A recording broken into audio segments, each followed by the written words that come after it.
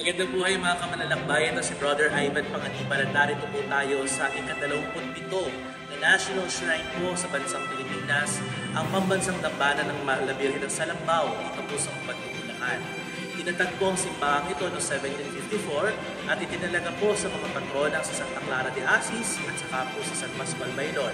Kilala ang dalawang ito bilang magkasamang patron at kalaunan po noong 1763 natagpuan po dito sa katubigan ng Manila Bay ang imahen po ng Mahal na Birhen ng Salambao. Kaya po simula po noon naging tatlo ang patron dito. Naging sikat po dito yung tinatawag na sayaw sa bando kung saan marami po mga mag-asawa ang sumasayaw para magkaroon ng anak. Ito po ang dahilan kung bakit sa pagdaan ng panahon marami po pumupunta rito at po si Jose Rizal ay nabanggit na po ito sa kanyang sikat po na aklat na Noli Me Tangere. Ito po ay naging National Shrine of 2022 sa kapahintulutan po ng CBCP.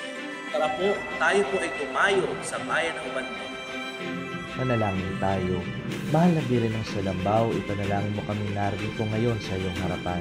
Nagsusumamo upang kami ay maging marapat sa iyong pagkalinga sa bawat sandali ng aming buhay. Nawa ang kababaang loob mo ay aming tularan at harapin, ang daluyong ng dagat ang aming buhay, upang maging matatag ang aming pananalig sa anak mong si Jesus. Hinihiling namin ito sa ngalan ni Kristo na aming Panginoon. Amen.